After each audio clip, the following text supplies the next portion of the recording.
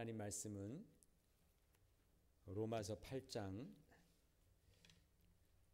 12절부터 17절까지의 말씀을 다 같이 일어나셔서 우리 한 절 한 절씩 저와 한 절씩 교독하겠습니다. 로마서 8장 12절부터 17절입니다.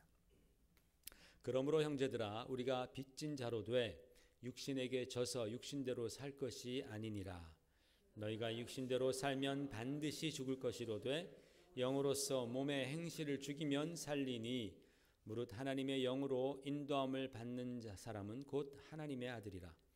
너희는 다시 무서워하는 종의 영을 받지 아니하고 양자의 영을 받았으므로 우리가 아빠 아버지라고 부르짖느니라.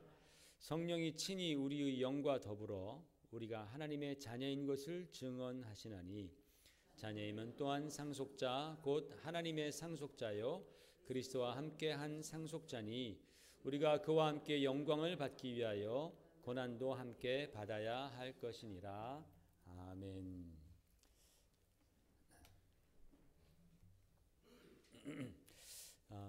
제가 스위스에서 신학 공부할 때 신학생 중에 베트남 친구가 있었습니다. 그 친구는 어떻게 거기까지 왔느냐? 그 부모님이 보트 피플이었었어요. 월남이 베트콩에 의해서 이제 공산화가 될 때 그 공산 치하를 이제 탈출해서 보트를 타고 나왔죠. 그래서 보트 타고 가다가 빠지면 죽는 거고 큰 배를 만나면 살아나는 거고 정말 사생 결단을 하고 이제 월남을 탈출한 그 부모님이 이제 스위스로 난민이 되어서 난민 자격으로 왔던 친구였습니다. 그렇게 이제 수십 년을 살다가 마침내 시간이 되어서 스위스 시민권을 따게 됐습니다. 그때 그 온 학생들과 함께 정말 그를 위해서 파티를 벌여줬고 뭐 축하를 해주던 그런 일이 있었습니다.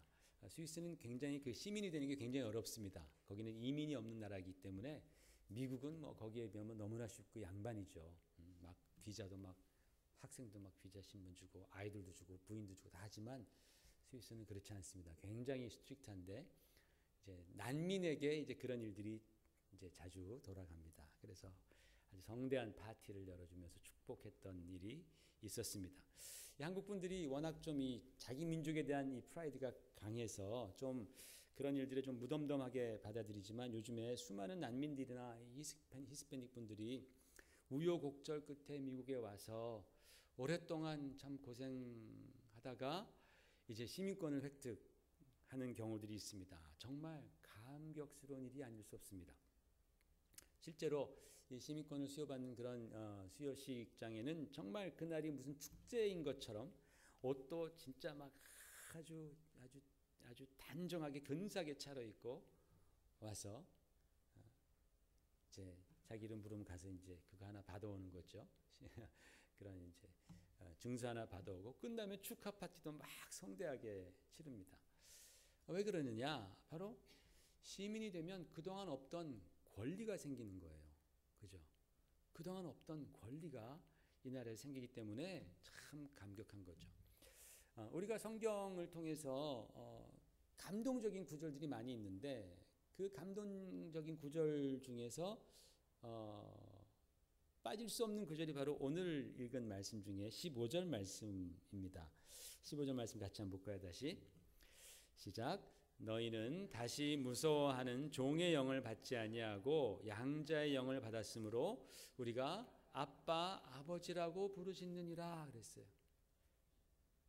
너희가 다시는 두려워하지 않고 이제 하나님을 아빠 아버지라고 부를 수 있게 되었다. 굉장히 감동적인 말씀입니다. 이와 흡사한 말씀이 갈라디아서 4장 6절에 나오는데 그것도 한번 다시 같이 읽어볼까요? 시작. 너희가 아들임으로 하나님이 그 아들의 영을 우리 마음 가운데 보내사 아빠 아버지라 부르게 하셨느니라 그랬습니다. 참 감동적인 말씀입니다. 여러분 하나님 앞에서 우리가 얼마나 큰 죄인입니까? 여러분 그거 아세요? 하나님 앞에서 내가 정말 얼마나 큰 죄인이라는 거 여러분 이게 바로 우리 신앙의 첫 스텝입니다. 내가 얼마나 큰 죄인인가. 하나님의 법대로 하자면 정말 우리에게는 전혀 소망도 없고 미래도 없어요. 오직 무서운 형벌만이 기다리고 있습니다. 나는 남보다 좀 나으니까 좀 괜찮겠지, 이렇게 생각하는 분들이 제일 나빠. 그런 사람이 제일 나빠. 제일 가능성이 없어요. 어떻게 보면 하나님 앞에서. 나보다 뭐 더 나쁘지, 더 많이 하는 사람, 그런 사람도 있잖아요.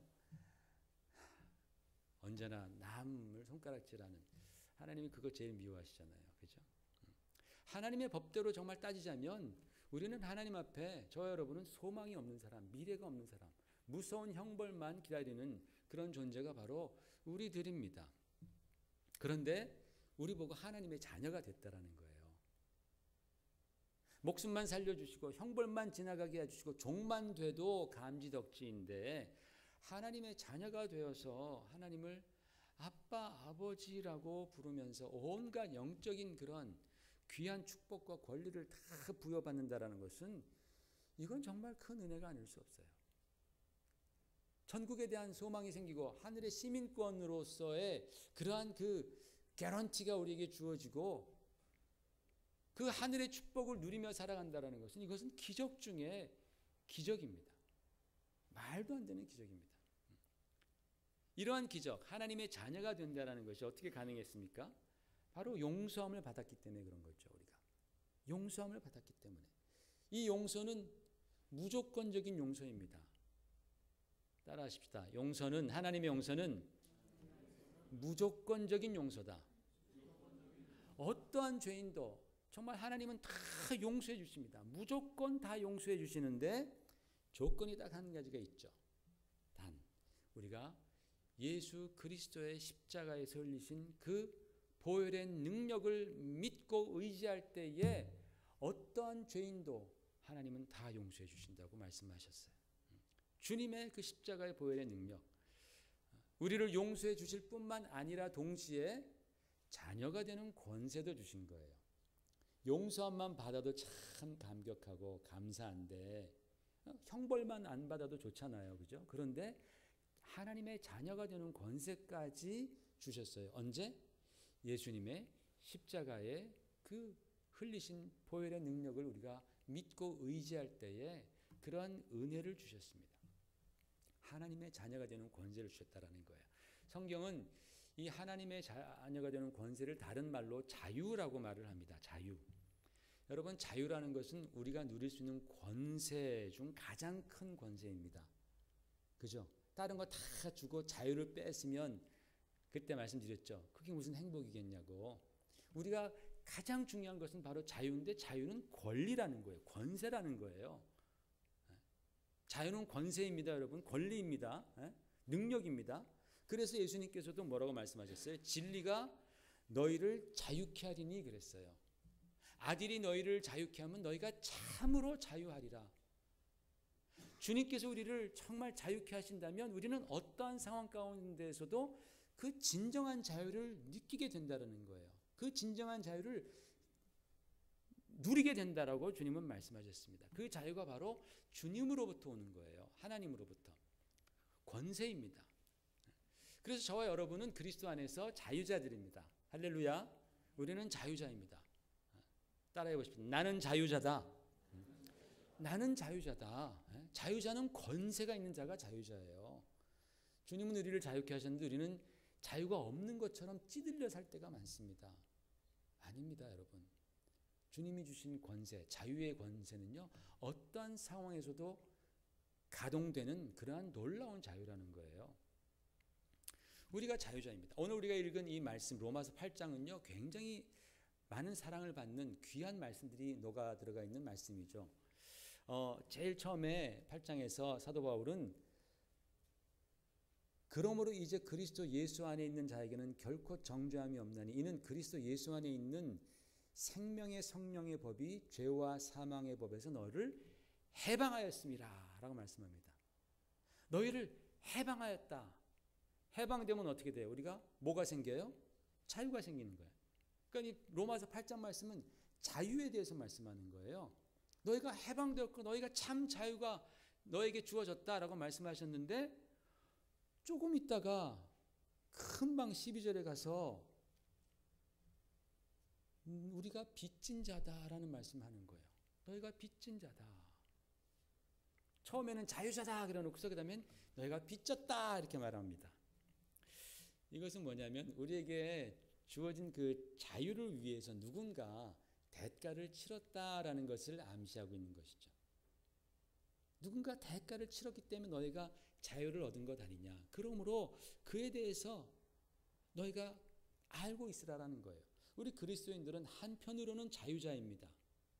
놀라운 자유의 권세를 얻은 자이지만 또 다른 한편으로는 빚진 자라는 거예요. 여러분, 저는 이 두 가지 개념이 굉장히 중요한 개념이라고 생각을 합니다.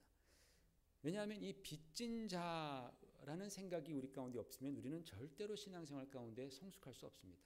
절대로 성장해 나아갈 수가 없습니다. 여러분, 하나님께서는 세상을 이처럼 사랑하셔서 독생자를 주셨습니다. 그 어떤 죄인도 이제 예수 믿기만 하면 거저 은혜를 받아요. 하나님이 주시는 은혜는 우리가 돈 주고 살 수 없는 무조건적인 은혜입니다. 그걸 누가 거절하겠습니까? 그죠? 당신 하나님께서 사랑하신다, 은혜 주셨다, 자유 주셨다 그러는데 나 싫어, 안 받을래. 그런 사람이 있어요? 다 할렐루야 좋아하고 다 참 자유인이 되었다라는 선언을 싫어할 사람 아무도 없습니다. 그런데 자유인은 좋지만 빚진 자는 싫어한다라는 거예요. 사람들이 빚졌다 그러면 싫어합니다. 그죠? 빚졌다 그러면 괜히 마음에 부담이 돼요. 빚졌다 그러면 괜히 의무감이 생기는 것 같아요.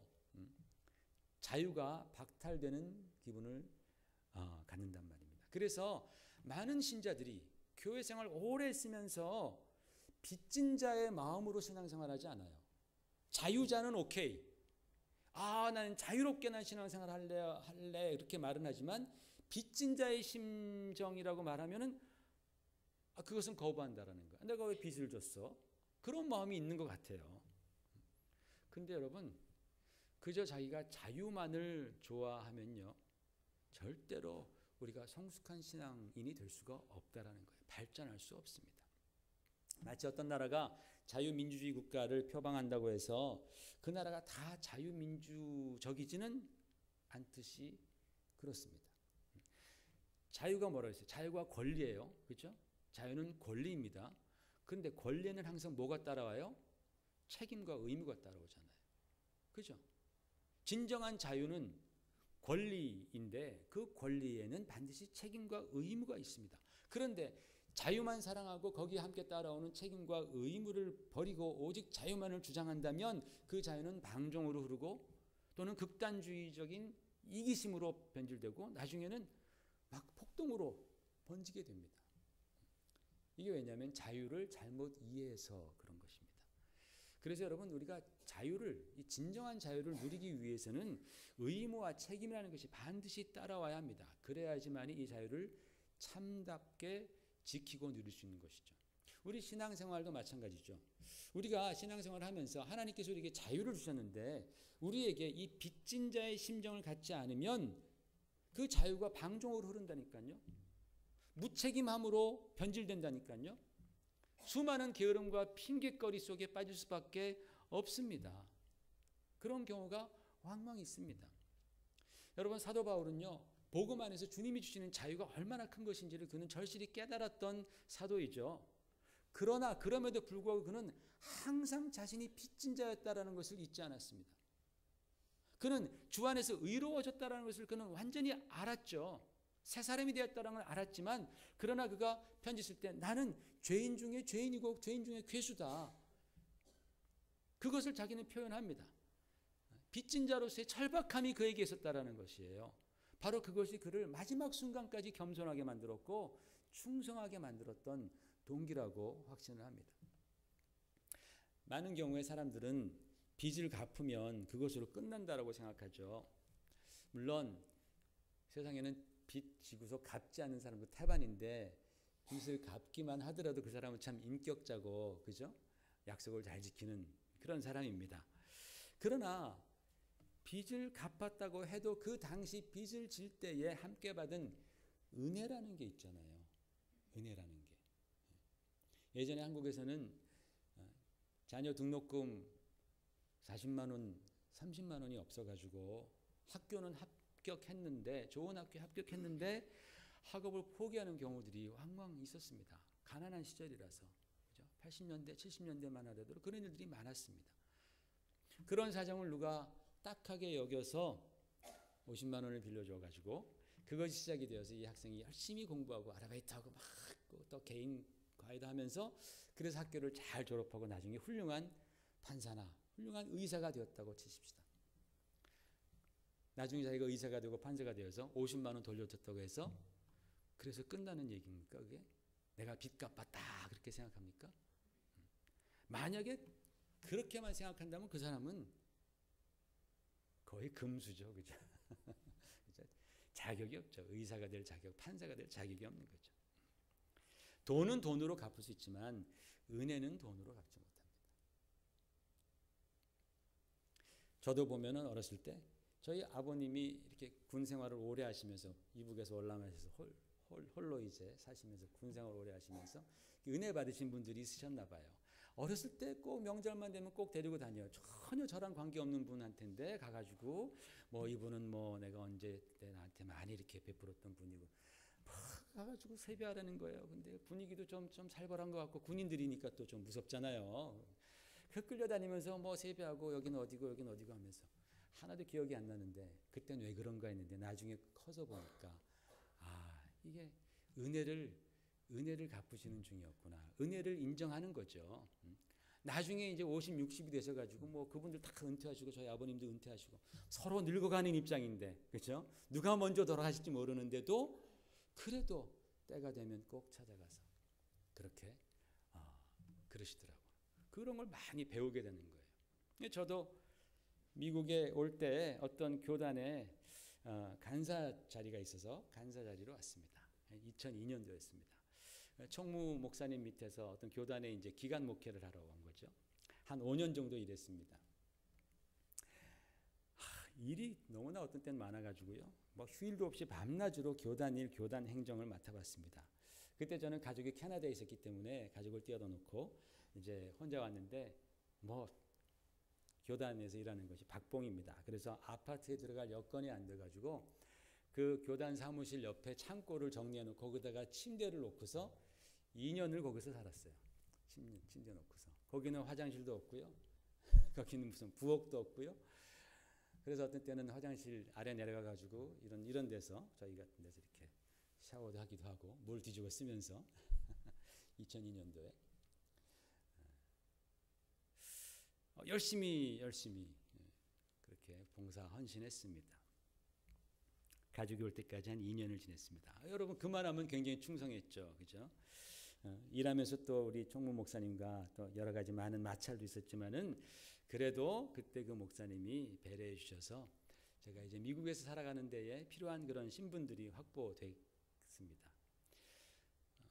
사실은 어떻게 보면 내가 충분히 정말 그렇게 헌신해서 일해 드렸기 때문에 다 갚았다라고 생각할 수 있겠지만은 사실은 은혜는 남아 있는 거예요. 은혜는 남아 있습니다. 그래서 LA를 떠난 지 제가 10년이 넘었지만은 언제나 늘 때가 되면은 그분께 전화드립니다. 그분들 다 이제 은퇴하셨지만 목사님 안녕하세요. 그래서 항상 사모님 다 편안하세요. 그렇게 안부를 여쭙니다.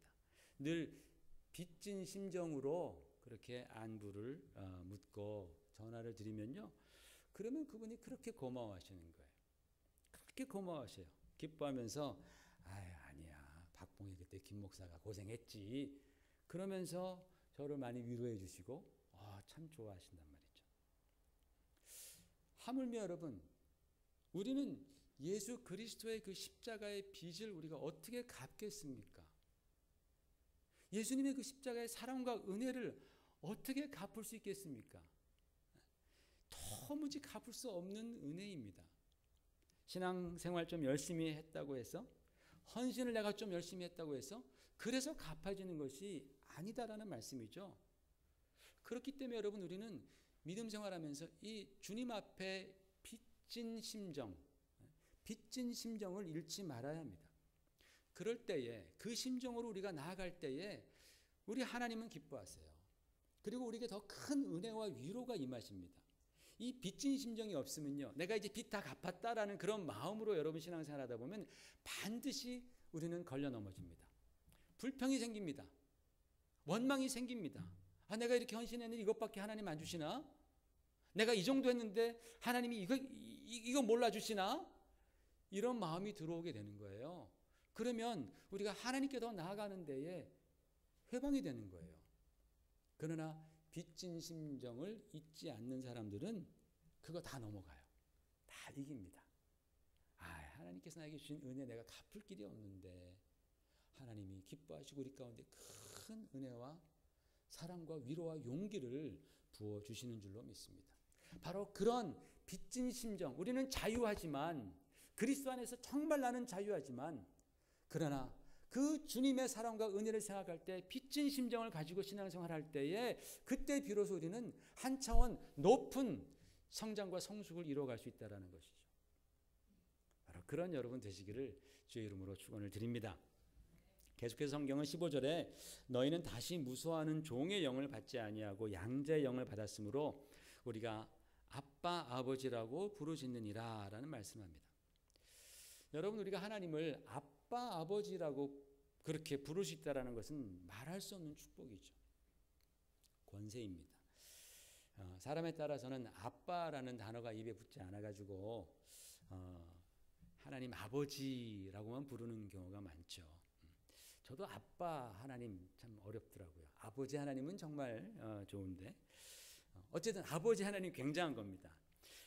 그런데 하나님께서 우리에게 주신 양자의 영이 하나님을 아빠라고까지 부르게 하셨다라고 말씀하는데, 여기서 양자의 영을 우리는 여러 가지로 해석해 볼 수가 있습니다. 갈라디아서에 보면은 그 양자의 영이 아들의 영이다라고 그렇게 말씀되어 있고, 또 영은 곧 말씀이잖아요. 예수님께서 내가 너에게 이르는 말이 곧 생명이여 영이다 말씀했습니다.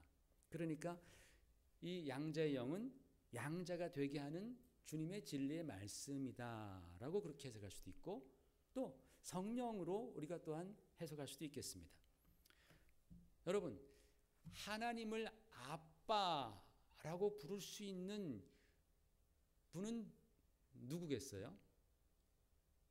하나님을 아빠라고 부를 수 있는 사람은 누구냐? 그럴 수 있는 분은 누구냐? 하나님의 아들밖에 없죠. 그죠? 하나님의 아들밖에는 하나님을 아빠라고 부를 수 있는 자가 없는 거예요. 곧 예수 그리스도만이 하나님을 아빠라고 부를 수 있습니다. 하나님을. 그런데 그 아들의 영을 우리에게 주시니까 우리도 하나님을 아빠 아버지라 그렇게 부르게 되었다라는 거예요. 오직 예수님만 하나님을 아빠라고 부를 수 있는데 우리에게 아들의 영이 임하시니까 우리도 이제는 하나님을 아빠 아버지라고 부를 수 있게 되었습니다. 이게 큰 축복이고 은혜입니다. 그 높으신 하나님을 우리 같은 죄인이 아버지, 아빠라고 부를 만큼 그만큼 아주 하나님과 우리는 밀접해졌다라는 거예요. 친밀해졌다라는 말씀입니다. 이것은 또 다른 말로 말하면 우리가 이제 하나님의 새 가족 안에 들어왔다라는 그런 의미입니다. 가족은 친밀한 사랑, 그 하나로 연결되는 사랑 공동체가 가족이죠. 가족은 친밀한 사랑, 친밀감이 가족 가운데 있습니다. 그렇기 때문에 하나님께서 우리에게 아들의 영을 주셔서 우리로 하여금 하나님을 아빠, 아버지라고 부르게 하신 그 이유는 하나님과의 친밀함을 위해서입니다. 하나님은 우리가 하나님과 친밀해지기를 원하는 거예요. 그런데 신앙생활하면서 오랫동안 신앙생활하면서도 평생 하나님과 서먹거리는 사람들이 있습니다. 그 하나님과의 관계가 평생 서먹한 거예요. 이상해요. 그 참 능력이에요. 그렇게 교회를 오래 다니고 그렇게 신앙생활 오래 하면서도 하나님과 서먹서먹한 대단한 능력 같습니다. 교회 다니면서도 그 교회가 자기 교회가 아닌 것처럼 성도들 막 경계하면서, 그죠? 형제 자매들인데 친밀해야 되는데 형제 자매라면 근데 막 서로 경계하면서 이런 사람들이 세상 나가면 너무 잘해. 세상과는 너무나 친밀한 거예요. 세상에서는 막 분위기를 주도해요. 그런데 교회만 나오면 서먹해져. 하나님과 거리가 있는 거예요. 교회만 나오면 기도하려 그래도 서먹하고 찬양하려 그러면 머쓱하고 뭔가 좀 불편함이 자꾸 있다라는 거죠. 여러분 이거 푸셔야 됩니다. 하나님은 여러분과 친밀한 관계를 원하세요. 아빠, 아버지라는 칭호를 하나님이 허락해 주셨다라는 사실이에요. 아들의 영을 통하여서. 여러분, 교회가 좀 서먹서먹합니까? 다른 성도들이 좀 서먹서먹하고 찬양 시간이 머쓱합니까? 문제는 여러분과 하나님과의 관계에 있다라는 사실입니다.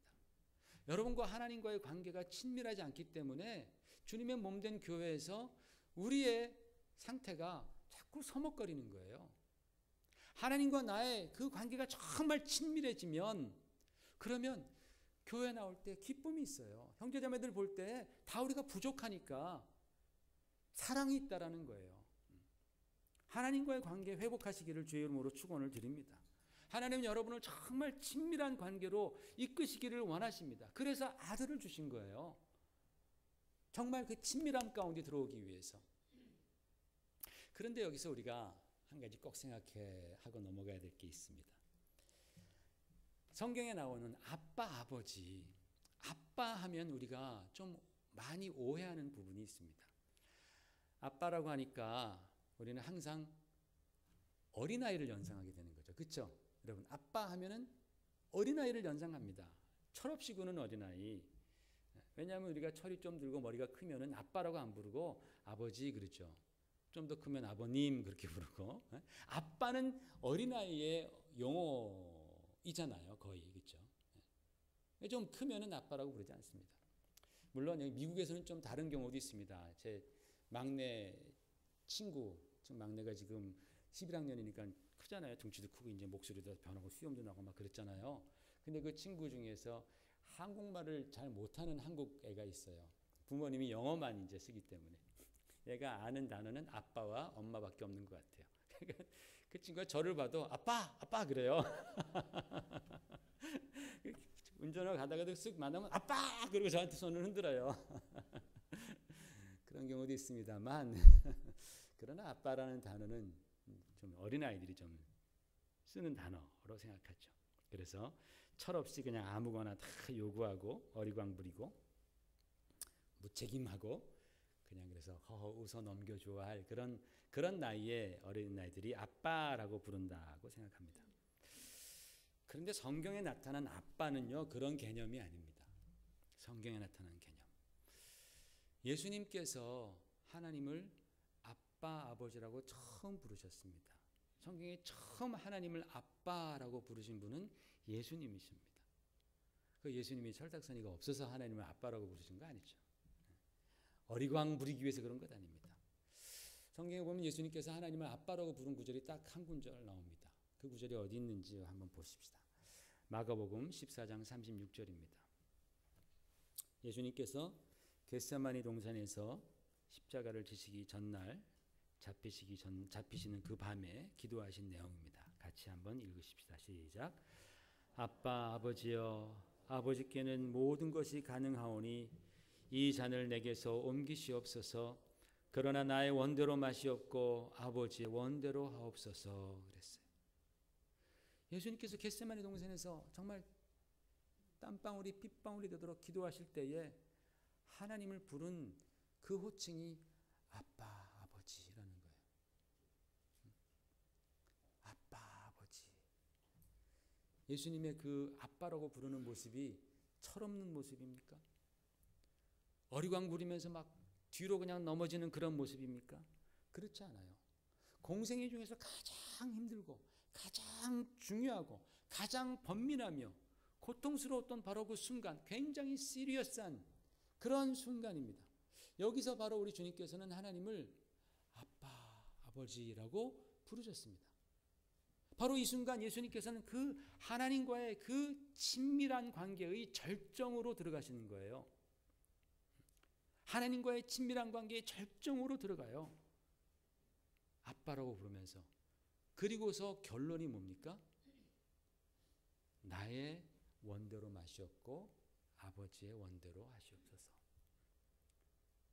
하나님의 그 친밀함의 그 절정으로 끝까지 들어가신 다음에 그분의 결론은 아버지의 원대로 하시옵소서. 내 뜻대로 마시고 아버지의 뜻대로 하시옵소서. 가장 깊이 있고 가장 성숙한 결단을 내리신 바로 그 순간 그는 하나님을 아빠라고 불렀던 거예요. 한 군데, 딱 한 군데입니다. 예수님께서 하나님을 아빠라고 부른 곳. 여러분, 우리가 아들의 영을 받아서 하나님을 아빠, 아버지라고 부른다라는 말씀 때문에 성경이 우리를 하나님 앞에서 그냥 철없이 말 안 듣는 그런 어린아이 취급했다라고 생각하면 그것은 큰 오해라는 거예요. 내가 하나님께 아빠 하나님이라고 부를 만큼 그런 친밀감이 있다고 해서 우리가 무책임하게 아이들처럼 감정에 춤을 추는 것에 따라서 내 마음이 내키면 하고 내 마음이 싫으면 팽개치고 그러면서 아빠 나 힘들어 싫어 안 할래. 아이들은 그러잖아요.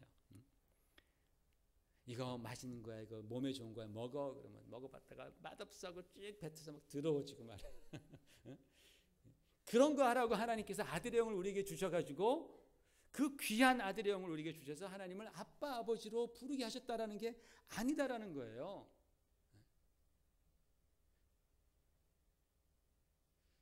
아빠 아버지, 흔히 젊은 사람들이 좀 많이 그러죠. 그런 거에 굉장히 감정적으로 다가갑니다.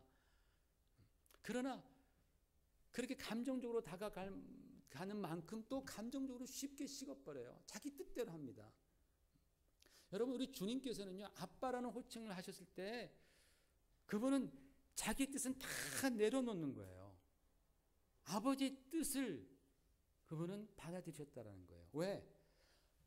우리가 하나님과 친밀하면 친밀할수록 그 안에서 하나님의 뜻을 발견하잖아요. 그죠? 하나님과 친밀할수록 아버지의 뜻을 알게 되는 거죠. 그러니까 그 아버지의 뜻 앞에서 자기의 뜻은 내려놓는 겁니다. 아빠라고 부르는, 하나님을 아빠라고 감히 부르는 자들은 그만큼 하나님과 친밀함 가운데 있는 것인데, 하나님과 친밀하다면 그분의 뜻을 알아야 될 거 아니에요. 그분의 뜻을 알지 못하면 그것은 하나님과의 친밀성은 거짓입니다. 예수님은 하나님을 아빠 아버지라 부르면서 그 친밀함의 절정으로, 인티머시의 그 절정으로 들어가셔서 그 안에서 아버지의 뜻을 완전히 아시는 거죠. 그리고 결론은 내 원대로 마시고 아버지의 뜻대로 하시옵소서. 성숙한 정말 깊은 결단이 그 안에서 이루어졌습니다. 여러분, 오늘 우리가 읽은 이 로마서의 본문도 여러 가지 많은 말씀들이 있지만은 이것을 가만히 보면 이런 내용입니다. 너희가 아들로서 권세를 받았고 자유함을 받았지만 빚진 마음으로 살라라는 거예요. 빚진 마음으로. 방종하지 말고 어린아이처럼 그렇게 유치하게 신앙생활하지 말고 너희가 빚진 마음을 가지고서 살라. 하나님을 아빠 아버지라고 부를 만큼 그런 친밀한 관계를 너희가 갖도록 아들의 영을 주셨으니 이제는 영으로 육의 행실을 죽이라 말씀하잖아요. 그죠? 바로 나오잖아요. 영으로 육의 행실을 죽이고 하늘의 영광을 위해서 하늘의 후사처럼 너희도 이 땅에서 고난받는 삶을 살아라. 아빠 아버지라고 부리는 우리들에게 고난받으라라는 거예요. 하늘의 후사처럼 살라라는 거예요. 하나님의 뜻을 너희가 받들어 그 뜻을 이루기 위해서 너의 뜻을 복종시키라. 그 말씀을 지금 하고 있는 거예요. 우리가 하나님을 알면 알수록, 하나님의 그 친밀한 가운데로 들어가면 들어갈수록 우리는 성숙해진 판단과 그러한 신앙의 모습들이 드러날 수밖에 없습니다. 왜? 아버지의 뜻을 깨닫게 되기 때문에. 입으로는 아버지 하면서도 우리는 여전히 내 뜻대로 살아간다면 그것은 우리는 아직 하나님과 친밀하지 않다라는 반증입니다.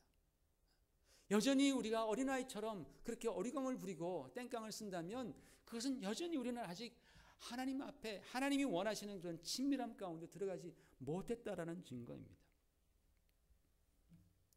하나님을 아빠로 부를 수 있는 친밀한 관계를 가진 성도들은 좀 더 성숙하고 좀 더 책임감 있는 신앙생활을 해야지 더 이상 연약함에 머물지 말라라는 그런 말씀입니다. 너희가 종이 아니고 아들인데, 그죠? 너희가 두려워하는 종의 영을 받지 않고 아들의 영을 받았는데, 종이 아니고 아들이라면 아들답게 아버지의 마음을 좀 알아야 되지 않겠니? 라는 그런 뜻이겠죠. 그죠? 아들이 아버지의 마음 몰라주면 누가 알아줍니까? 옆집 자식이 알아줍니까? 아들이 아버지의 마음 알아주고 그 아버지의 마음에 합하여 살아갈 때 그 아버지는 얼마나 기쁘고 대견하고 고맙겠어요. 야, 내가 너에게 나의 모든 것을 다 물려줘도 나는 아깝지 않으리. 여한이 없으리. 그렇게 생각하시겠죠. 근데 저놈이 지금 내 뜻을 전혀 모르는 이걸 물려줘야 되나 말아야 하나. 차라리 저 옆집 아니 우리 종 돌쇠를 내 후사로 삼을까? 이런 마음이 왜 불쑥불쑥 생기지 않겠느냐란 말입니다. 사랑하는 성도 여러분, 우리는 하나님을 아빠, 아버지라고 부르시는 특권을 받은 하나님의 자녀들입니다. 하나님과 두려운 관계가 아니고 친밀한 사랑의 관계로 하나님이 우리를 초청해 주셨습니다. 왜? 그 친밀함 가운데서 하나님의 뜻을 깨달으라고. 하나님의 뜻 깨달으시기 바랍니다. 하나님은 여러분을 정말 친밀함의 그 가장, 우리는 그리스도 안에서 지성소로까지 들어간다 그러지 않았어요? 하나님의 가장 심장부까지 들어갈 수 있는 자들이 바로 그리스도의 은혜를 아는 저와 여러분들인데, 거기 들어가서 뭐 하냐라는 거예요. 도대체 아버지의 뜻을 알라라는 거죠.